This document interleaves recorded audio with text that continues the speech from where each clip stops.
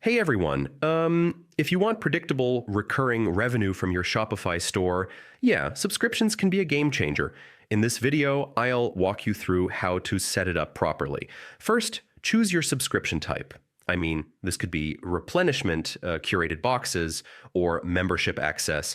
Open Shopify admin, go to apps, then search for a subscription app like Recharge, Appsol, or similar tools. Once installed, link your products, decide which items customers can subscribe to.